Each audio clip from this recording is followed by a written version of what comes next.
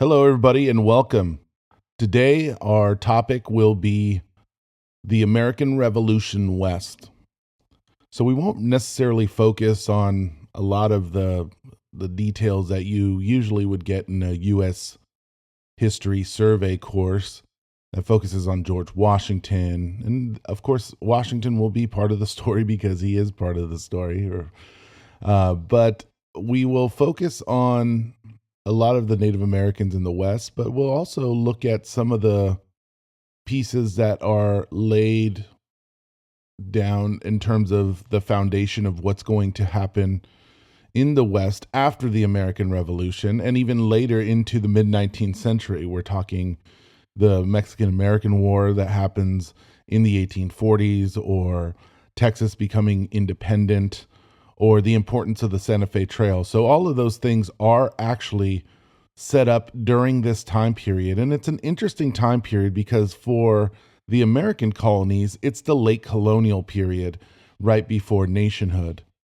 In terms of Texas and California, well, you're looking at the middle colonial period, I would say, for the territories of Texas, New Mexico, and even Arizona up into Colorado and some of those territories. But for California, it's the early colonial period. It's the start of recorded history in a continuing chain that will come into the modern period. So when we're looking at the pre-revolutionary period, you have to talk about the French and Indian War, which lasts from 1754 to 1763. This is part of a broader conflict known as the Seven Years' War, which involved many of the European powers. You're talking about France and Britain. They seem to always be at each other's throat prior to the American Revolution, and even after, they will remain rivals of sorts. So, the war in North America is fought between the British and the French, and the French actually have the upper hand early on. It's not until William Pitt that things start to change. They send in mercenaries into the colonies to defeat the French, and with this, you start to see the division of Native American groups. This is kind of the rolling narrative in a lot of U.S. history courses, at least when I went through school, was that the Native Americans were kind of secondary to a lot of these struggles and whatnot, but they really become divided into camps, so to speak. So, of course, the French are not as intent on colonizing in the same way that the British are. So, right away, there's this natural inclination to join the French against the British. But that's not to say that in places in the West that the British weren't used as leverage as well. And so, what you have is really a leverage game between the Native Americans, the British, and the French, and it really comes down to who can trade the best items or who can give them more access to markets and things like that. So all of this kind of builds up, and we have these long-standing not only rivalries but alliances that emerge. So when we go into the American Revolutionary period, you're going to have the French and the American colonies joining together, not right away, but they will join together in their fight against the British. And the French join, in a sense, to antagonize the British to make it more difficult for them. And then the British will have control of the colonies until they don't. And they will attempt to use the West as leverage against the colonies. And the way that they do that is when you have the signing of the first Treaty of Paris, the Treaty of Paris in 1763, there are going to be multiple treaties titled the Treaty of Paris. But this will redraw territorial lines in North America, and this will give the British control over French Canada and territories east of the Mississippi River, while France ceded Louisiana to Spain.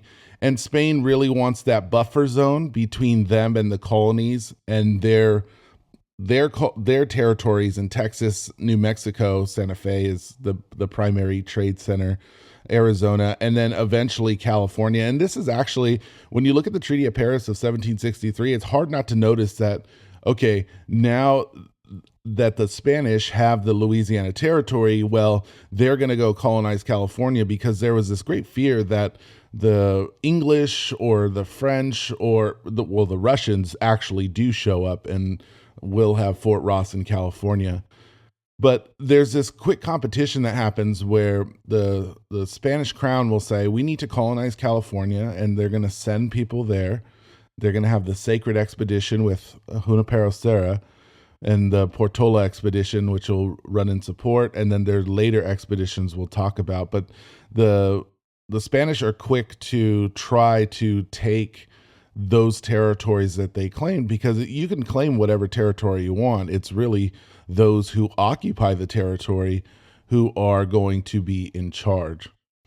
So let's go to the year 1865, and really the spark for the American Revolution is the Stamp Act, and this is passed by British Parliament, taxing all paper goods in the colonies.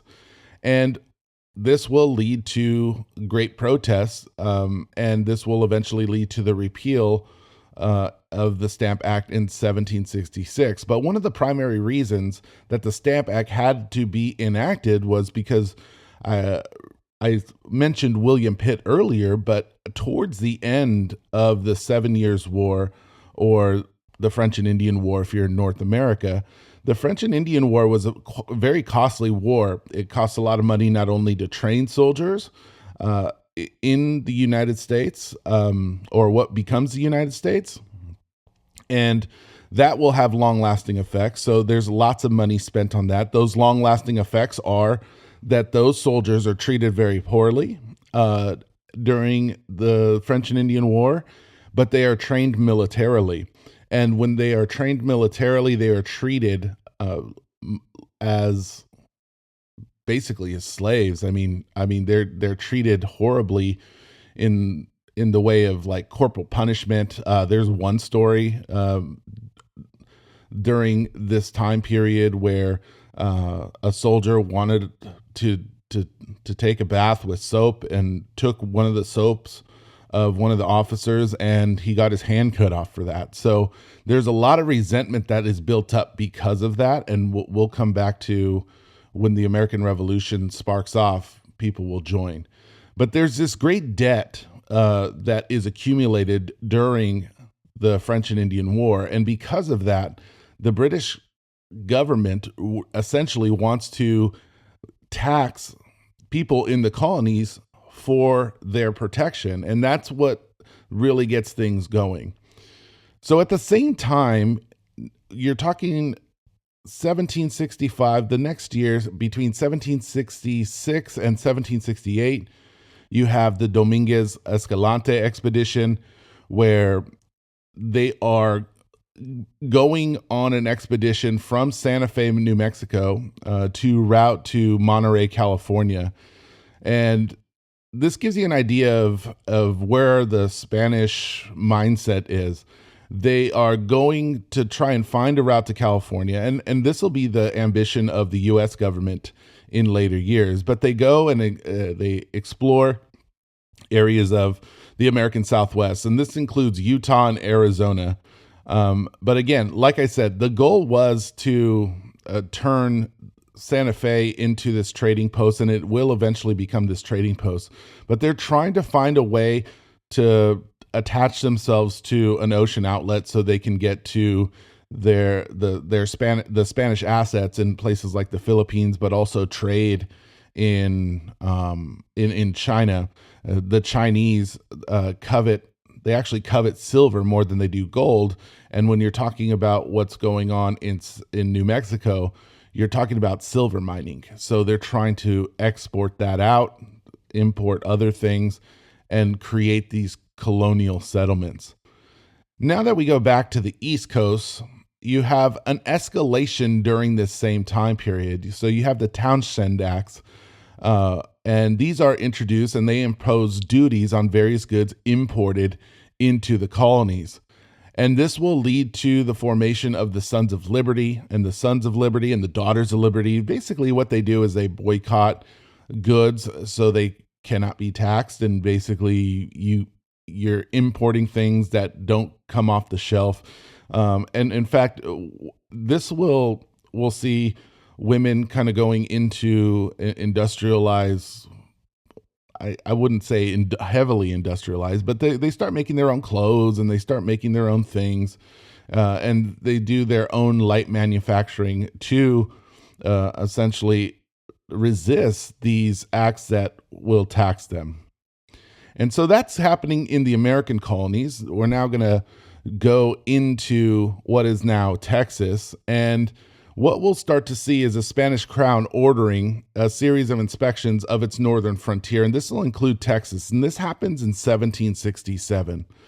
And there are going to be recommendations to consolidate settlements and missions, get rid of some of the remote and less profitable outposts, or the posts that are essentially under the gun of the Comanche who are in that region. And so what you have here in Texas is an attempt also to get the colonial settlements really settled in, where they are able to effectively act independently. But of course, this will lead to lots of problems down the road, primarily when you're talking about allowing Americans to come in, because first off, they didn't have a ton of colonial settlers in this area. But also you're under the attacks of the Comanche, who essentially rule the roost in this area. And so they're trying to not only survive, but create this kind of market of trade. And it just never really happens, because you have the Native American presence of the Comanche, who are able to essentially control and dominate the region economically. And of course, that leads to raids, and that leads to kidnappings, and that leads to all kinds of things going on. And that's 1767, the Marquis de Ruby inspection in Texas. And just a couple years later, in fact, is when the colonial era in California starts. And it starts in 1769, Mission San Diego de Acala. It's founded by Father Junipero Serra. This is part of the Sacred Expedition. This marks the beginning of Spanish colonization of California. Then you have the Portola Expedition. Portola leads a land expedition with supplies, also with colonizers and cattle and things like that. In fact, I always like to tell this story because I think it's super cool, but the original DNA of the beef in California comes with 200 cattle during the Portola expedition. And I think the number is something insane, like 70 to 90% of the cattle still in California can genetically tie themselves to those first 200 brought by Portola, Gaspar de Portola. And Portola will be the first territorial governor of Alta California, and he's going to work with Junipero Serra. And so what you have is a military operation that is accompanied by a spiritual or one of faith with Junipero Serra and the Catholic Church. And a series of explorations will happen. And this was a very rough road, because I think there's this great misconception that the Native Americans in general, and we talked about this previously, were just allowing people to just come and colonize and whatnot. But there are going to be a lot of conflicts, especially in San Diego and even in San Gabriel at that mission. And I'll reference that and the first encounter there. It's a very violent interaction. But the Kumeyaay Indians in San Diego are not to be messed with, and the Spanish will realize that. In fact, there's lots of there's lots of written work that talks about how the natives in San Diego, even contemporary primary sources of that period, they talk about the Indians of San Diego never really being under the control of the Spanish. And there were a lot of concessions that had to be made. Some of them, when you're talking about, you know, mission Indians, they were allowed to go and live on settlements outside the mission, which was much different than many of the other missions, as we'll talk about further north. But San Diego was kind of an exception. They never really got off the ground, and at a certain point, that place was just burned to the ground, and we'll talk about that. So let's shift our focus now back to New Mexico. And what you'll see in the 1770s in New Mexico is the Spanish increasing efforts to not only fortify and protect the New Mexico territory against raids, various Native American groups, the Comanche, the Apache, the Navajo, those historical groups that have always done that in that area. Now they just have somebody else to go after. But the problem, I mean, the three necessary things for a civilization to survive: you need procreation. We talked about this, right? You need food. That's the agricultural aspect of things. But you also need protection, and protection becomes one of the primary concerns in New Mexico. And we talked about the Pope Revolt and the Acoma Rebellion, and there's lots of rebellions. Again, the Native Americans were not just there to hand over their land. So interestingly enough, in March of 1770, you have the Boston Massacre, and that occurs March 5th, 1770.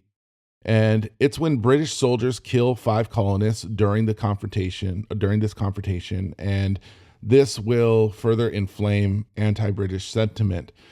Crispus Attucks is actually one of the first ones killed. He is an African-American man, and I always like to throw that in because it's interesting to see his name listed as one of the casualties.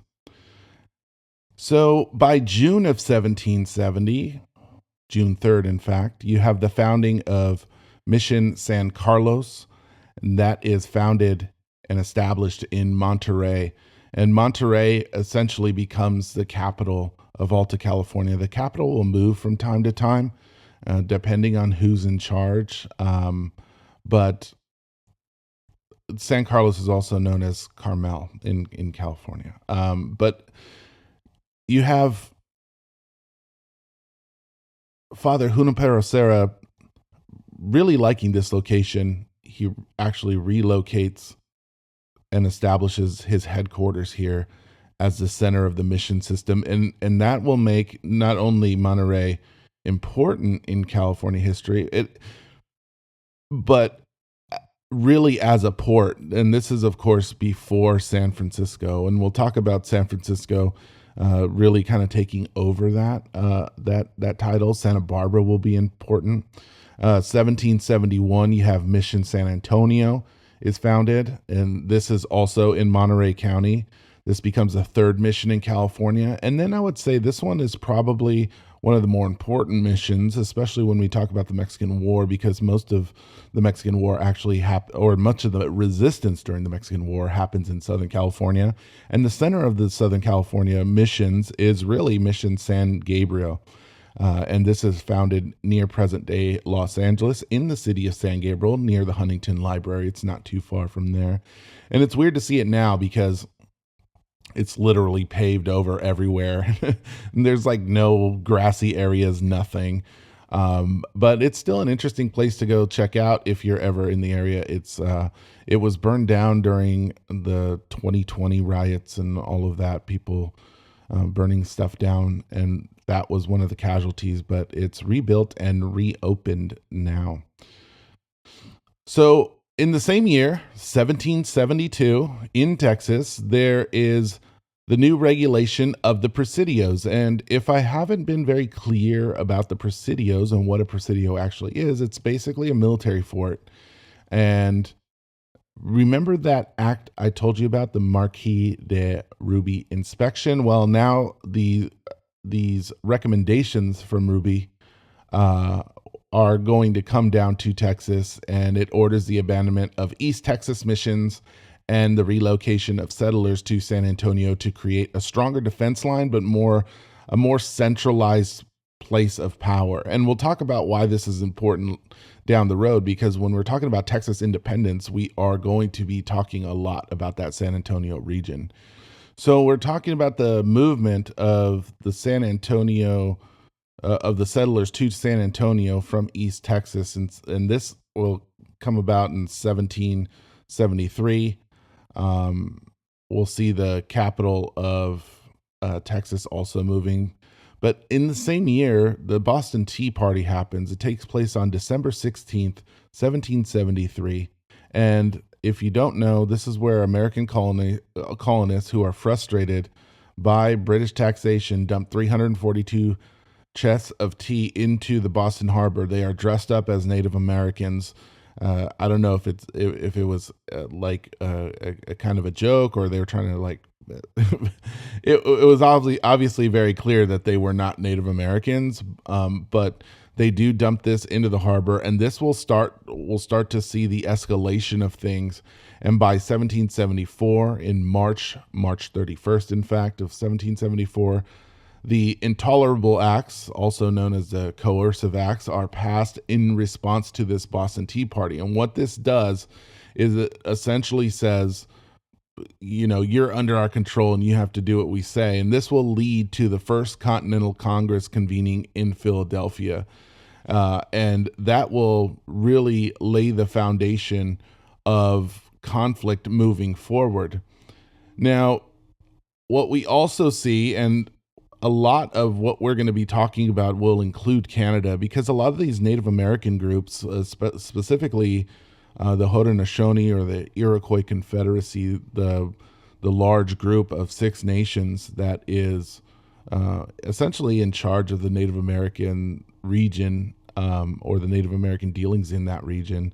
But in June of 1774, we have the Quebec Act is passed by British Parliament. This extends the boundaries of Quebec to include the Ohio River Valley. This move angers the American colonists, who see it as an attempt to limit their westward expansion.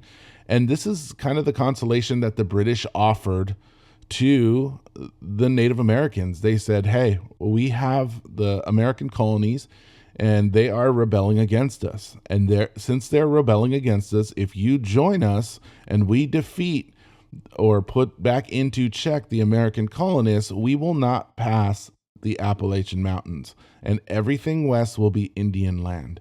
Now, as we know, that doesn't happen, but that's the sell to the Native American groups in the region. Like I said, the Iroquois, and the Haudenosaunee, the Iroquois Confederacy, this large area controlled politically and in some ways culturally, socially, militarily by the Iroquois Confederacy.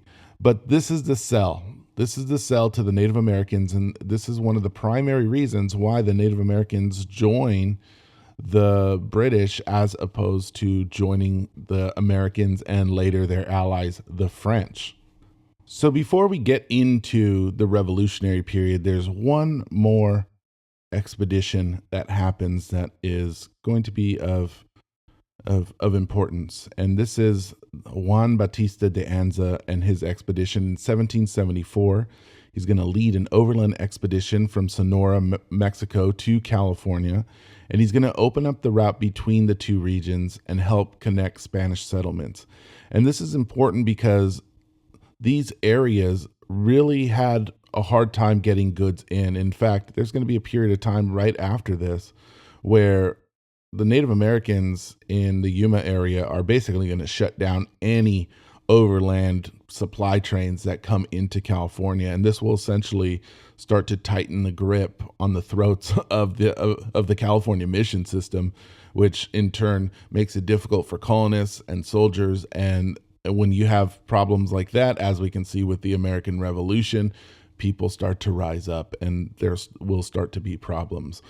But now I want to focus on a specific important individual, one of my favorite people to read about and talk about in American history, and that is Chief Joseph Brant. Chief Joseph Brant, and he is born in Ohio country, which includes certain areas of Pennsylvania, and we'll talk about that. But he's part of the Iroquois Confederacy. He is born into a Mohawk family, and he will serve during the French and Indian War. He's going to serve for the British during the war, and this experience will shape his loyalty to the crown. And you may say, well, why does he have so much access to the British? And when we talk about some of the other interesting facts about Joseph Brant, you'll start to see like this guy's got some real connections, and it was in large part due to his great intellect. He was a very smart, very well-read individual, especially for the time period. You got to think information is very limited, and he is going to be sort of this bridge between Native American culture in terms of the Iroquois, who have lots of political and social power in that region, and the British government. So he's going to attend Moore's Charity School for Indians in Connecticut, and this is where he becomes fluent in English, learns about Christianity, and because of that, between 1763 and 1774, rather, he's able to serve as an interpreter for the British Indian Department, and he grows close to an important man by the name of Sir William Johnson. He's the British Superintendent of Indian Affairs. So Brant he's not a hereditary chief, but because of his connections to the British, which means because of his connections to not only political power, but also in terms of trade and things like that, he becomes a central figure. So when the American Revolution begins in 1775, Brant remains loyal to the British crown. He travels to England, in fact, and he will meet with King George III. Now, think about that. That's, an amazing honor for just about anybody, especially during this period of time, meeting with King George III. And, I've tried to find more and more information about this, but there's not a ton of information of the exact happenings of the meetings between King George III and Joseph Brant, or the group that Joseph Brant attended with. But either way, King George III will seek and will receive the support for the Mohawk and other Iroquois nations to fight against the American colonists. So in 1776, Brant returns to North America. He's appointed a captain in the British military, and he's going to begin rallying Native support for the British cause, particularly from the Six Nations of the Iroquois Confederacy. And he's going to serve in a number of battles. And really, Brant is important, as we'll talk about, because he is really going to be the leader of the first major Indian war against what will become the American government. Now, there were others. There was King Philip's War. If you've taken my U.S. survey course, you know about King Philip's War and the importance of that. You also know about Pontiac's Rebellion, which happens during the French and Indian War in the Detroit region, or as I like to say, in Detroit, which was a French fort, and eventually Pontiac is killed in an exchange there. But we're looking at the year 1777, because this is when it starts to get rather violent. And Brant will lead the Iroquois forces in the Battle of Oriskany on August 6th of 1777 during the Saratoga Campaign, which was a campaign led by the British in an attempt to divide and conquer the northern colonies. They saw if we can divide the northern colonies and take New York, we have a ton of loyalists in New York, and this will basically end what is later deemed the American Revolution. But in this bloody battle in which he participates, we'll see the British will eventually lose this Saratoga campaign. And one of the primary reasons is because a lot of the American revolutionaries are frontiersmen. And because they are frontiersmen, it means they are good with guns. And that means that they can shoot people from far away. The rifling of the American rifle is something that will really change the course of the war. The way in which the American colonists approach the war will change the outcome of the war, because prior to this there was kind of these rules of engagement when it came to war. You didn't kill any of the officers. You kind of lined your guys up and went mano a mano, let's go. But the colonists don't see the world the same way as these British officers. These British officers, the reason they put that into play was essentially because, hey man, we could let all these foot soldiers die, but let's not let each other die. Let's keep it cool amongst each other, so you don't shoot somebody who is a military officer. It's uncouth. You don't you don't attack at night. You don't do guerrilla warfare tactics. Well, the colonists are like, nah, there's no rules on the table here. We're literally fighting North American rules, and North American rules are basically Native American rules that Europeans adapted to, which means guerrilla warfare. Take it how you can get it, and let's end this war and be done with it. And so over the course of the next couple of years, we have Brant leading several raids against the American frontier settlements. He will participate in the Cherry Valley Massacre in New York on November 11th of 1778, where more than 30 American settlers are killed. These actions are part of the larger Iroquois and Loyalist efforts to resist American expansion into the West, into native lands. And this, of course, will lead George Washington to turn his eye towards Joseph Brant. By 1779, there is going to be retaliation for Brant's raids. And this will be led by American General John Sullivan, who leads the Sullivan Expedition. And basically the idea here is, let's get the Iroquois and let's just destroy them. And Washington will make a declaration later of literally all out, no rules, no holds bar war against these Native American groups, including Brant. So Brant and his allies will face heavy losses as American forces come in, search and destroy Iroquois villages, destroying food supplies in Western New York. And they are basically trying to get them to surrender so they can focus their efforts on the British. But Brant will continue to lead raids on American settlements in upstate New York and in Pennsylvania. And what we start to see here is really this tit for tat thing going on. You're going to see Brant and other Native Americans and Loyalist forces involved in several skirmishes along the New York frontier. But one of the most important battles is the Battle of Fort Stanwix. And this will happen in Oriskany, New York. And you have the British general John Burgoyne awaiting reinforcements from the west and Fort Stanwix. Reinforcements encountered Americans who refused to surrender. So on top of that, now we are going to head into one of the most interesting battles of the American Revolution. You're going to have Mohawk chief of the Iroquois, Joseph Brant, fighting with the British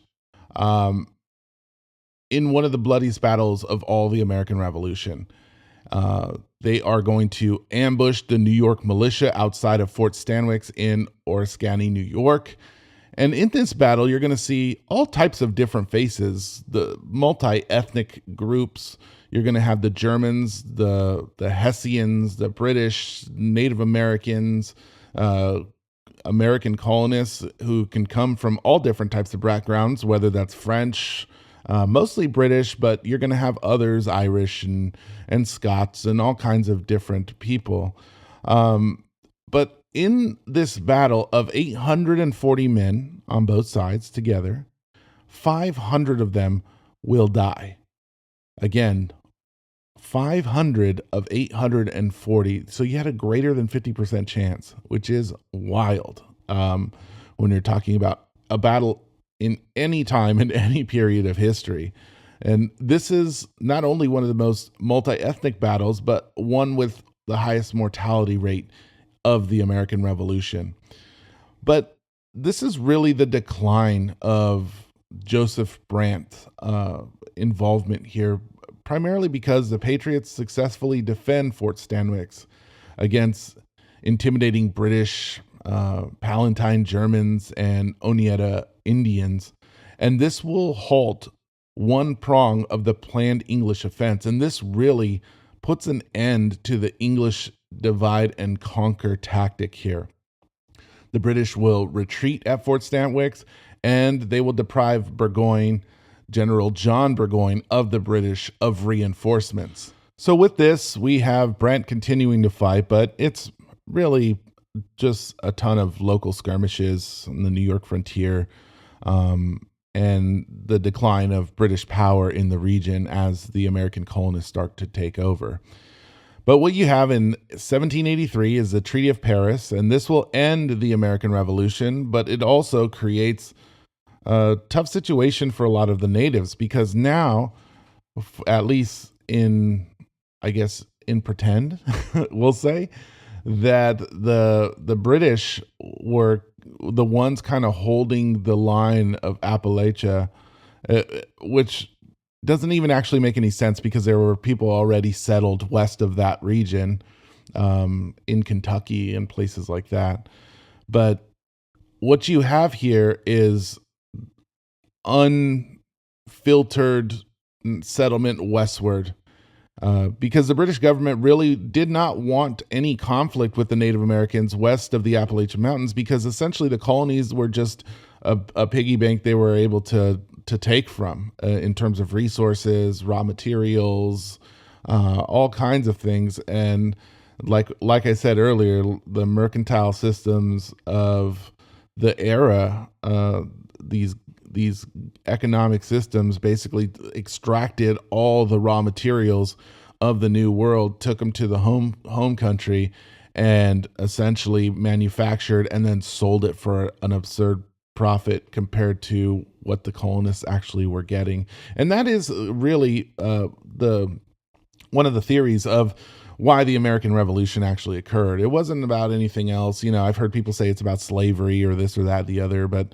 the truth of the matter is, most conflicts come down to economics, and most alliances come down to economics. When you're talking about Native American groups as well, the Iroquois, their alliance with the British was not because they preferred the British over the colonists. They preferred neither, but they saw their, economic opportunity being much better in terms of keeping their land and their control of their traditions and governments and politics and whatnot with the British, because the British had promised not to move westward. And now all of that is gone with the Treaty of Paris, because Brant, along with many other loyalists, are essentially left without a homeland, because much of the Iroquois Confederacy's territory is ceded to the United States.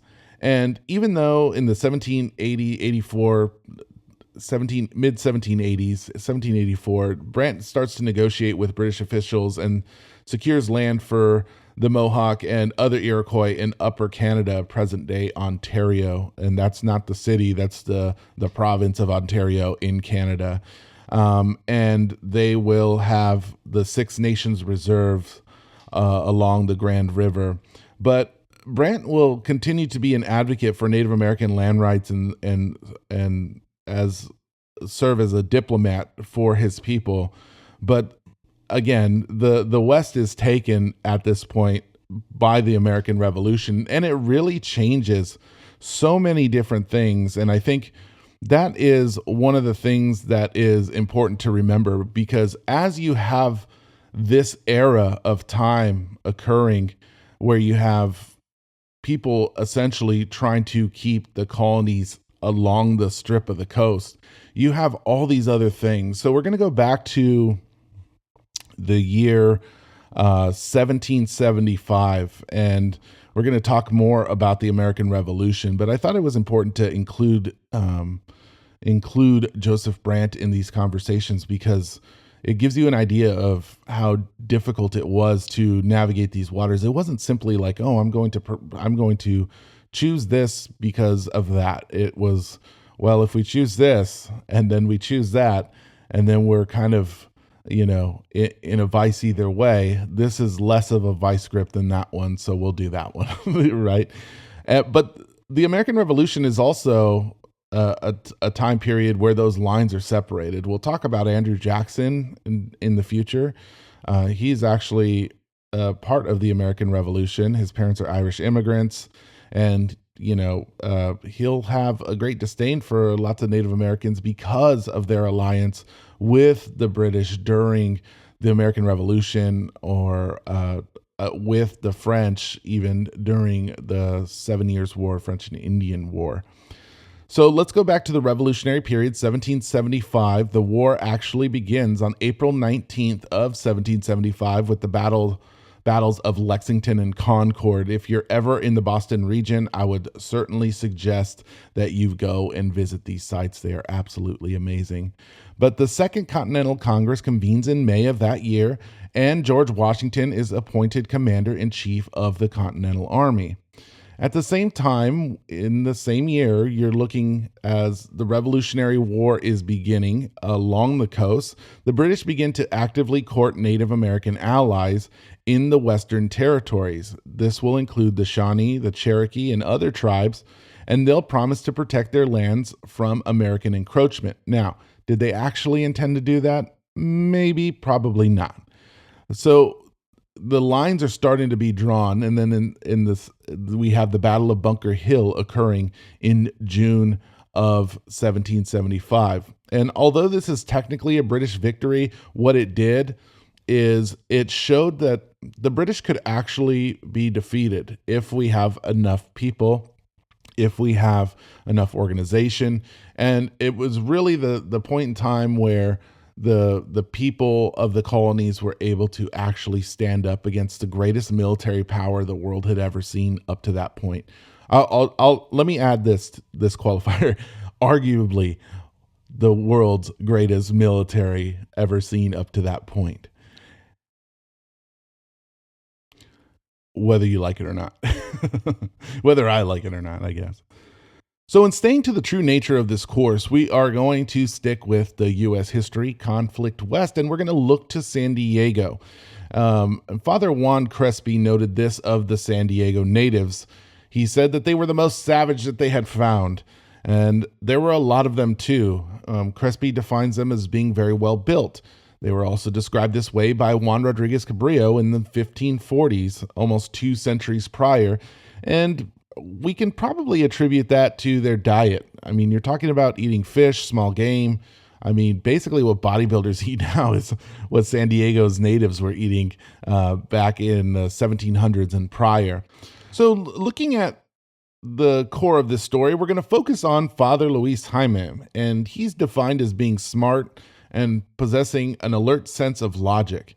And in his writings, you start to see that he actually looks at the Native Americans as being almost more enlightened than the Spaniards. And he understands why the natives in San Diego were rebellious in the first place. And he even writes that no wonder the Indians here were bad when the mission was first founded. To begin with, they did not know why they, the Spaniards, had come, unless they intended to take their lands away from them. He also talks about how they know about natural law. This is in one of the letters he wrote.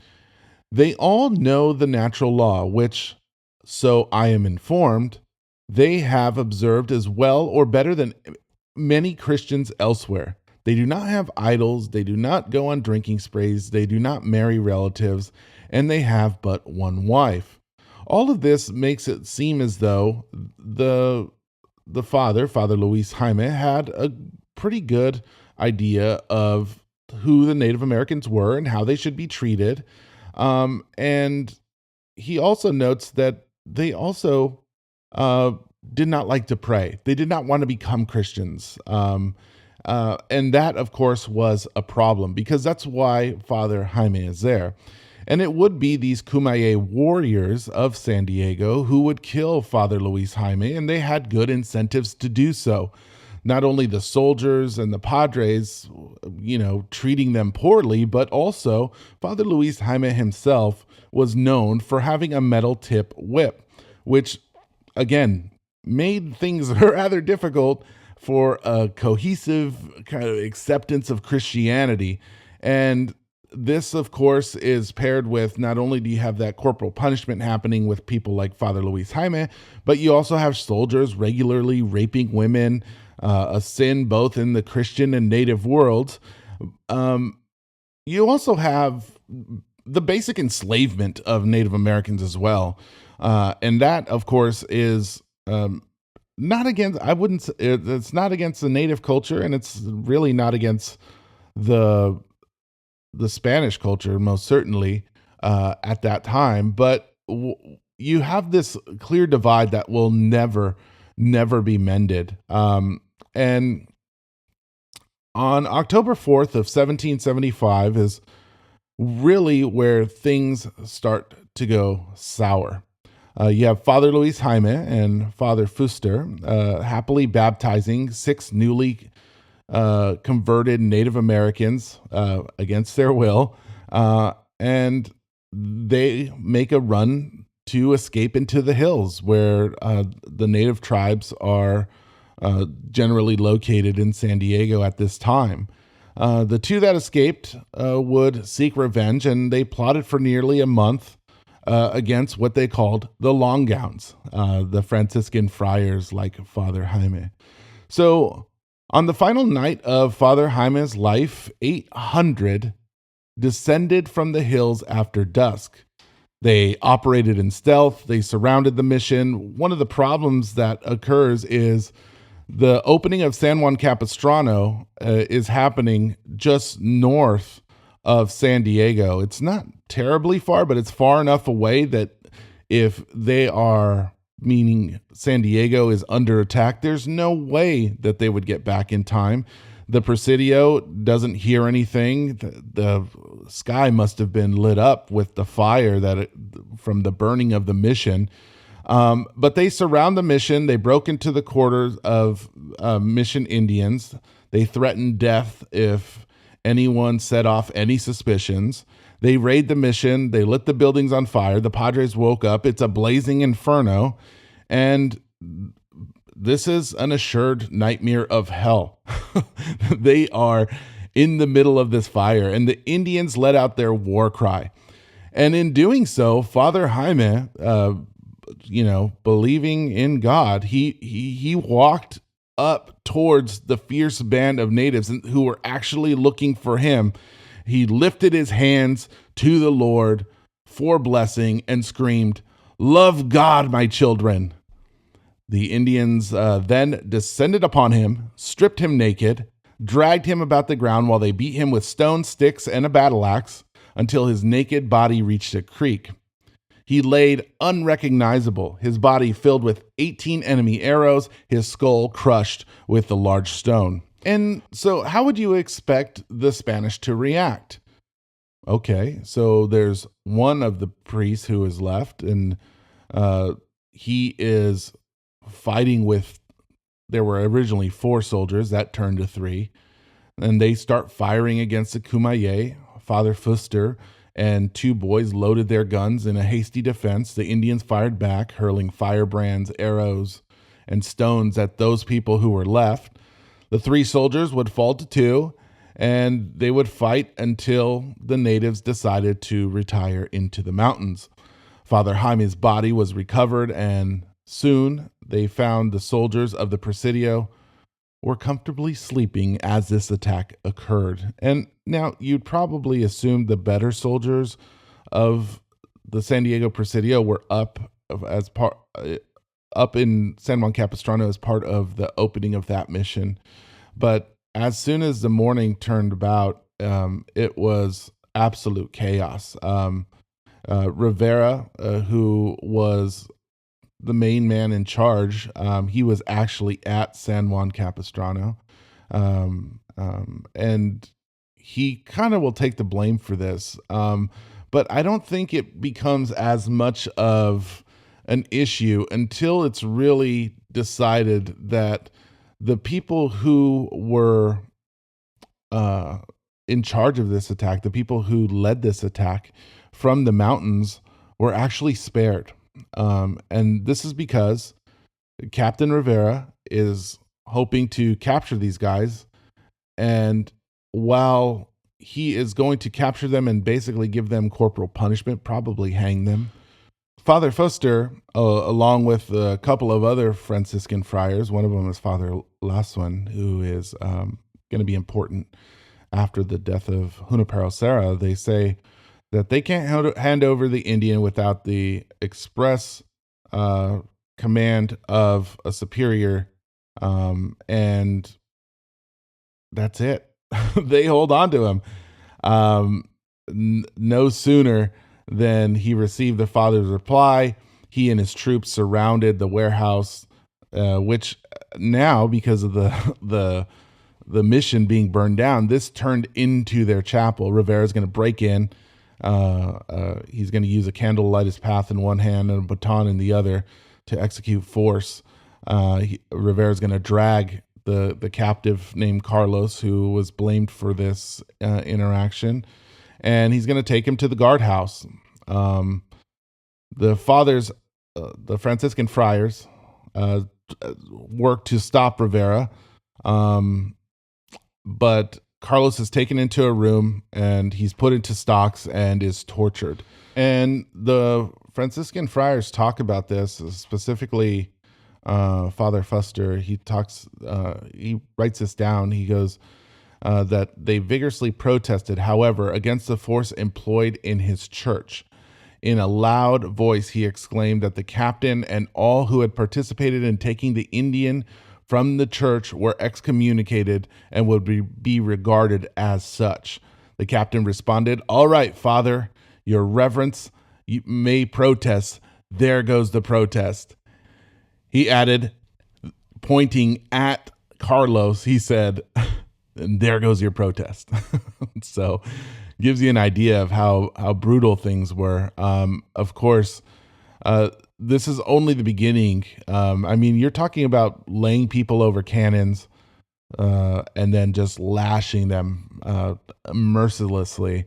But what we'll see eventually here is Carlos is deemed too dangerous and he's extracted, and essentially he is basically beaten to submission, which is pretty wild to think about. And there are going to be other interactions like this, murders and things like that, rebellions. There's one at La Purísima mission that's burned down and then moved, and the natives will take it for a period of time. So, but that's the Kumeyaay Rebellion. That's in 1775, and you're going to start to see lots of expeditions pop up in the West as a response to what is happening in the American colonies. There's this great kind of, want to control the colonies. You'll see that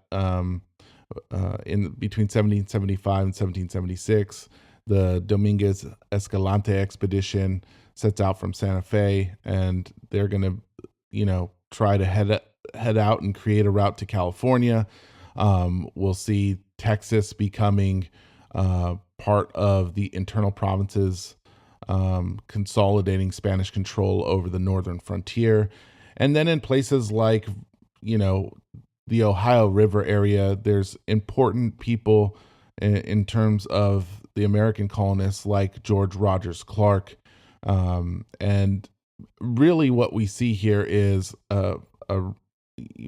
right before July 4th of 1776, this separation from these, you have the separation of the colonial government from the British government, but the Spanish, I think, see this as an opportunity to reinforce their strength in certain areas, and so they really turn it up. 1776, you have Mission San Francisco, which also becomes known as Mission Dolores, is founded on June 29th, again, 1776. And this will become a very important religious and cultural center in the region, primarily because San Francisco is the Golden Gate, and that will become a very important economic region as well. We're going to see another expedition by Juan Bautista de Anza. You're going to see missions popping up, but also the town of San Jose, which is founded on November 29th of 1777. And this is the first civilian settlement, the Pueblo, in California. It serves as a farming community to supply the nearby presidios and missions. And the same thing happens in 1779 in New Mexico. You have, again, now Governor Juan Bautista de Anza of New Mexico leading a successful military campaign against Comanche. And this sets the stage of the economic pipeline, with the Comanche being embedded in that. Again, in Texas, you have Bernardo de Galvez, the governor of Spanish Louisiana, aiding the American Revolution against the British forces along the Gulf Coast, including victories in Baton Rouge, Mobile, and Natchez. All of these happening simultaneously. So you really have the Spanish joining the American colonies because they want to rid themselves of the British in the North American colony. Now, will they be successful? No, because you still have Canada, and then you still will have the Oregon Territory, which will be controlled by the British and the Americans in conjunction. But by 1781, you have the British capturing Charleston, South Carolina. Eventually, those efforts will turn the other way when the French join the Americans. You have the founding of Los Angeles happening in 1781. All of these things really setting the stage. Mission San Buenaventura is another one in present-day Ventura. That mission is set up. You have Mission Santa Barbara, which will become important to the queen of the missions, as it's called, due to its architectural beauty and central role in the mission system, as also an economic point. But all of this happens really towards the end of the American Revolution, and the stage is set, right? So like we talked about, the American West is now opened up. You have the treaty recognizing American independence, the new United States territory east of the Mississippi is now under their east of the Mississippi is now under their control. This includes disputed lands in the Ohio River Valley. You're talking Pittsburgh and the three rivers there, all the way to the Mississippi, which is the pipeline of economic activity from Canada all the way down into the Caribbean. So this gives great control, and this really defines, this will be the new West, as we'll call it, because you're going to see areas of Tennessee. And then by the time we hit the War of 1812, which is really a war about nothing, which is absolutely insane, but this will lead to more American power over Native American groups. And but when you're talking about the American Revolution, the power of the British is actually quite important. And when you get rid of the French allies of the Native Americans during the French and Indian War, then you get rid of the British allies during the American Revolution. Well, now it's just the Native American groups who, again, they are not a group. They are fractured, all different types of groups. We'll talk about it. We'll talk about the Choctaw. We'll talk about the Chickasaw. We'll talk about the Cherokee and all those groups in the West that are going to really fight the American westward movement. But the problem is, many of these groups, they'll have sellouts. They'll have people who don't want to join with their historical enemies. And this will leave them, being the Native Americans, leave the Native Americans vulnerable to the westward expansion of the Americans. And on top of that, when we get to the year 1800 and we start to see copycat revolutions, so it becomes the age of revolutions after the American Revolution, then you're going to see a revolution in France. And because of that, Well, now that creates instability in New Spain. And because of that instability in New Spain, now there's going to be revolutions in Mesoamerica and Latin America. And because of those revolutions, that creates instability along the frontier. And because that instability along the frontier allows the Americans to further move westward. So we'll talk about all of this. And I know I was rather long winded during this conversation, but this is very important in laying the foundation of what we have coming in the future. So I hope you enjoyed at least some of it, and we'll go to the next topic. All right, bye now.